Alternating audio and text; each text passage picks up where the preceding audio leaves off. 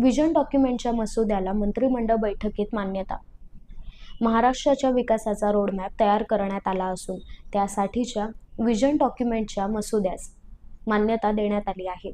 मुख्यमंत्री देवेंद्र फडणवीस यांच्या अध्यक्षतेखाली झालेल्या मंत्रिमंडळ बैठकीत हा महत्त्वपूर्ण निर्णय घेण्यात आला आहे.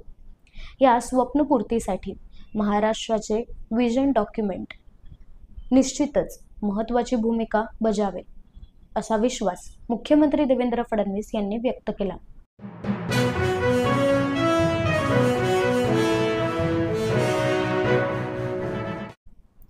पोलीस स्मृती दिनानिमित्त आज पोलीस मुख्यालय नायगाव मुंबई येथे आयोजित पोलीस स्मृती दिनी संचलन कार्यक्रमात मुख्यमंत्री देवेंद्र फडणवीस सहभागी झाले.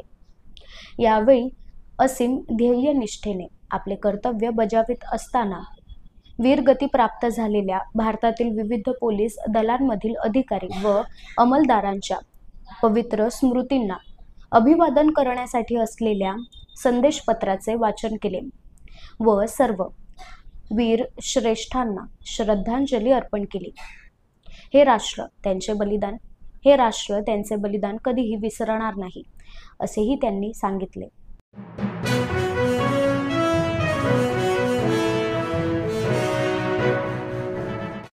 देशावर संकट आलं की काही मोठे लोक माझं नाव घेतात. शरद पवार यांचं वक्तव्य. बारामती दौऱ्यावर असताना शरद पवार यांनी जोरदार टीका केली आहे. देशावर संकट आलं की काही मोठे लोक माझं नाव घेतात, त्यामुळे तुम्ही काळजी करू नका, अशी टीका शरद पवार यांनी केली आहे. मात्र या वक्तव्यावर चर्चांना उधाण आलं आहे.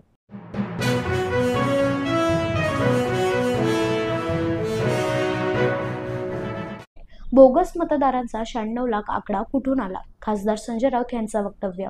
महाराष्ट्राच्या मतदार याद्यांमध्ये बोगस मतदार असल्याचा गंभीर आरोप खासदार संजय राऊत यांनी केला. महाराष्ट्राच्या मतदार याद्यांमध्ये 96 लाख बोगस मतदार असल्याचा गंभीर आरोप करत 96 लाख मतदारांची यादी सार्वजनिकरित्या प्रसिद्ध करणार खासदार संजय राऊत यांचं वक्तव्य.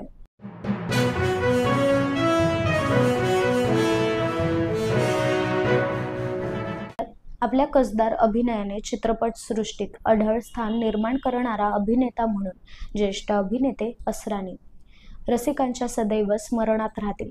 असरानी म्हणजे हुकमी, मनोरंजन अशी ख्याती त्यांनी मिळवली. अशा हुरहुन्नरी अभिनेत्याचे निधन म्हणजे चित्रपट सृष्टीची मोठी हानी आहे, अशा शब्दात मुख्यमंत्री देवेंद्र फडणवीस यांनी ज्येष्ठ अभिनेते गोवर्धन असरानी यांना भावपूर्ण श्रद्धांजली अर्पण केली.